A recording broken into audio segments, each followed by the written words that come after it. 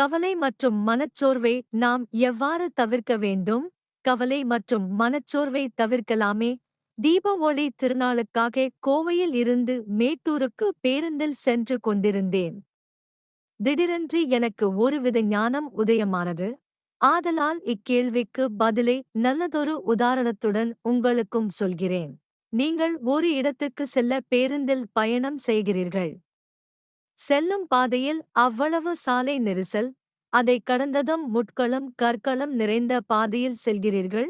இப்படி பேருந்து பல தடைகள் கொண்ட பாதையில் நாம் பயணிக்கும் போது கூட நாம் செல்போன் உபயோகிக்கின்றோம், புத்தகம் படிக்கின்றோம்.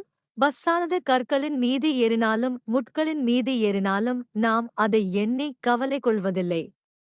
காரணம் என்ன என்று அறிவீர்களா? காரணம் டிரைவர்தான்.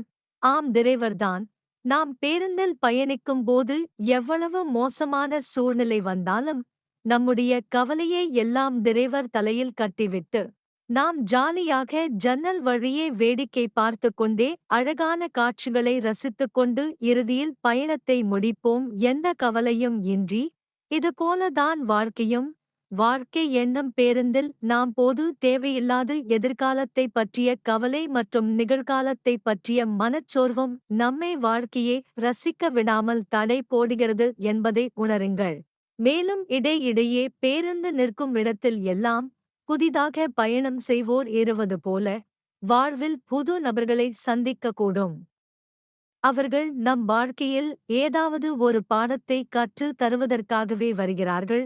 பாடம் முடிவடைந்ததும் அவரவர் இடம் வந்ததும் இறங்கி சென்று விடுவார்கள்.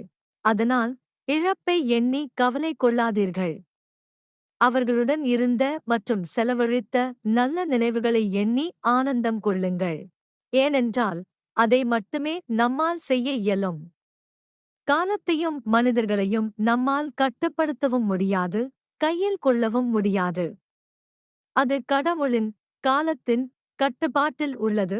ஆதலால் உங்கள் கவலைகள் பிரச்சனைகள் அனைத்தையும் வாழ்க்கையை ஓட்டும் டிரைவரான கடவுளின் தலையில் கட்டிவிட்டு பயணத்தில் மன கதவுகளை திறந்து இன்பங்களை ரசித்துக் கொண்டு துன்பங்களில் இருந்து பாடம் கற்றுக்கொண்டே பயணித்தால் இறுதியில் பயணம் முடியும் பொழுது அருமையான பயணம் என ஆனந்தமாய் வாழ்க்கையை வாழ்ந்து முடிக்கலாம்.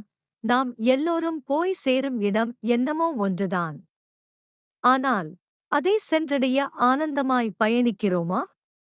இல்லை அழுது கொண்டே பயணிக்கிறோமோ என்பது நம் கையில்தான் உள்ளதல்லவா? நிச்சயம் நம் கையில்தான் உள்ளது. நன்றி.